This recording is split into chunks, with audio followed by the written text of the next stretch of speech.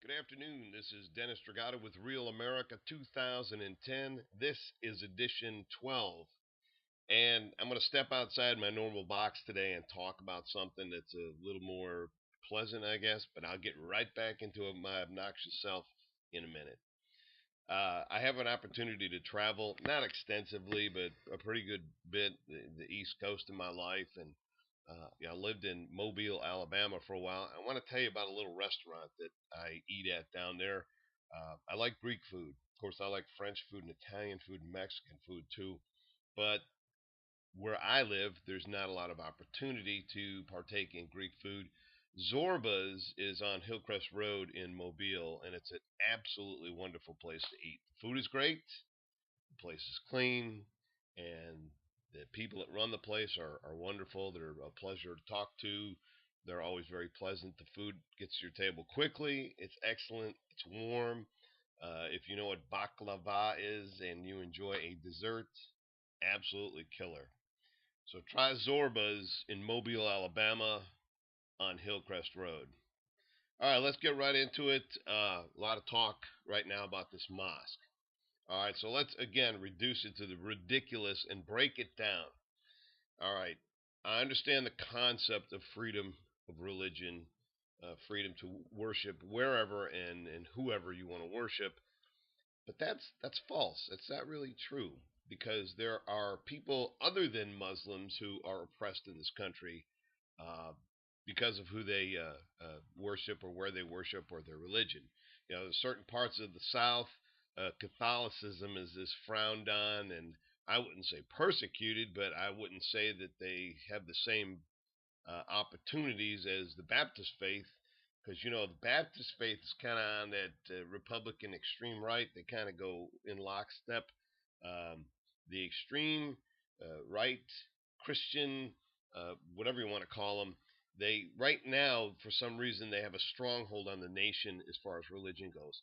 But now set that aside just momentarily. Let's talk about the mosque. I think when you're talking about the situation, you have to enter all the information, all the variables to deal with this.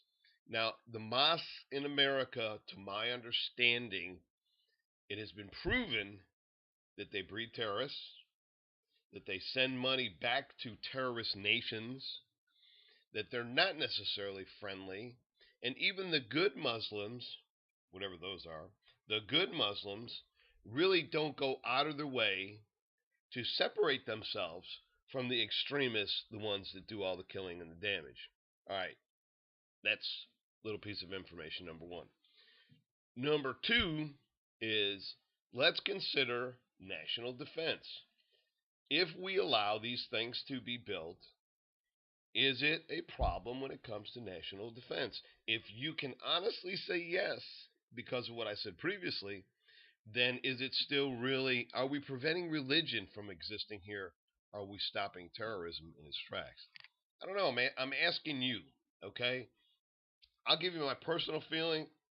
I don't think that we should let them build the mosque that close to ground zero. And I understand that they're calling it an activity center, but I guarantee you when it's built, they'll be praying there and they'll be treating it somewhat like a mosque. And although there will be activities there, it will be a place of religious freedom for these people. Religious worship. They're going to worship there. So look, why can't we put this on hold for a little while and see what direction? My understanding also is that there's 200 mosques in New York City now, and if that's the case, I don't understand what the need is for this. So if somebody can explain that to me, that would be great. I also want to talk about BP oil in the water. Now, BP wants you to think the oil's gone, okay? They want us to wear a little funny hat and a little sign on our shirt that says, "Hi, I'm stupid. I believe BP." The oil's gone. Oh, is that right? Well, it seems as though that research scientists have found at least three-quarters of the oil either floating or sitting on the bottom of the ocean. If that's the case, is BP still cleaning up? Are they still making the effort? Are they still paying? Now, here's what really aggravates me. I heard the other day that people are getting money from BP that don't deserve it, and it's going to ruin it for the ones that do deserve it.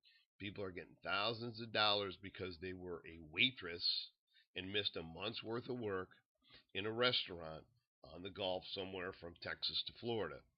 Now, if you can prove that that's the kind of money that you make from tax documentation, then I think you should get it. But if you started 8 or 9 weeks ago, you got the job the next day the oil hit, I'm sorry, you just don't have the money coming. And I'm not defending BP because I don't think they've done anything right. But let's not make it worse. Let's make sure that we do the right thing. BP, get off your ass, clean the oil, finish the job. You're not done. Quit playing. President Obama, you know, I feel bad for you. I really do because obviously you're not a scrapper. You know, the Republicans are obstructionists. They should change the name to the Obstructionist Party because that's what they do best. They have no plan. They have no platform.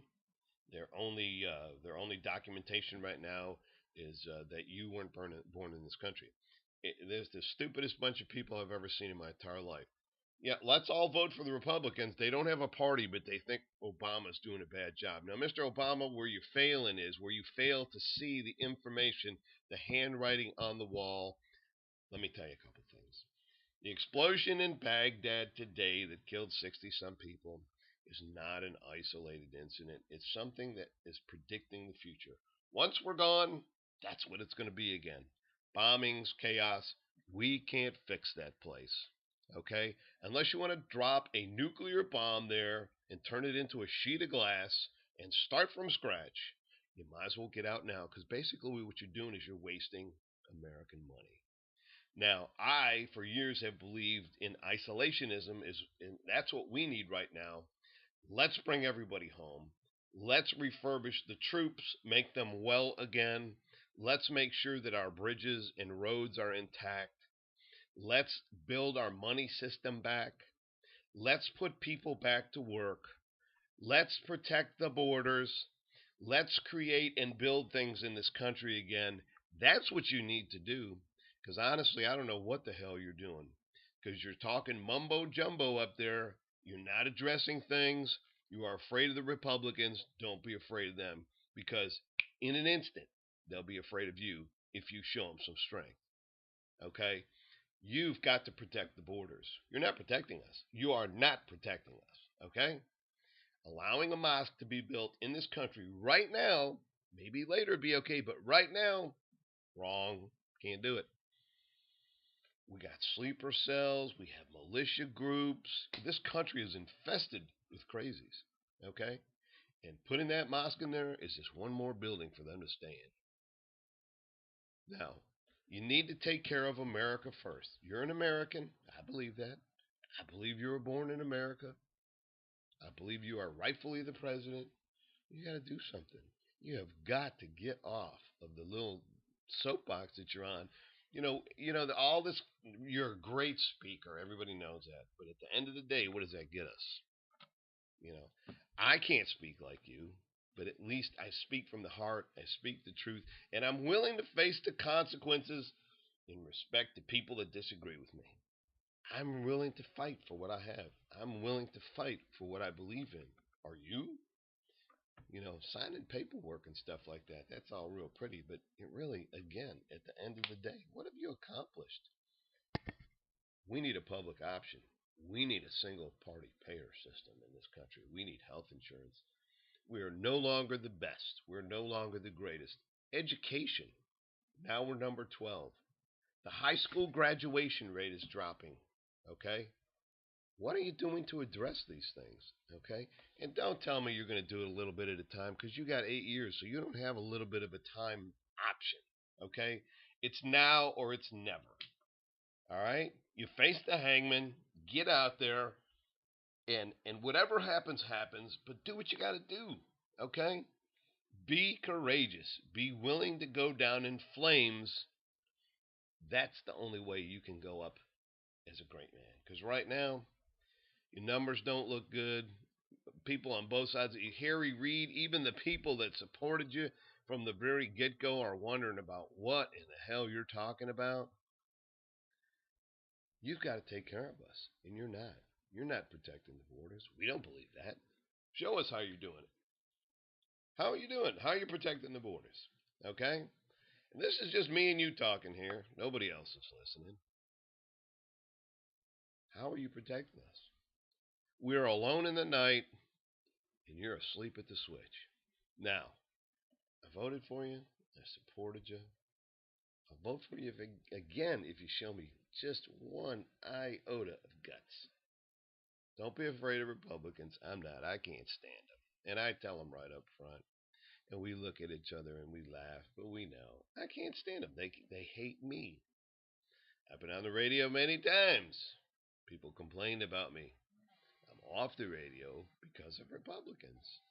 All right, Mr. Obama, your last chance is right there on your doorstep. Seize the moment. Carpe diem. Seize the moment. We need you to be a soldier. Right now, you're a secretary.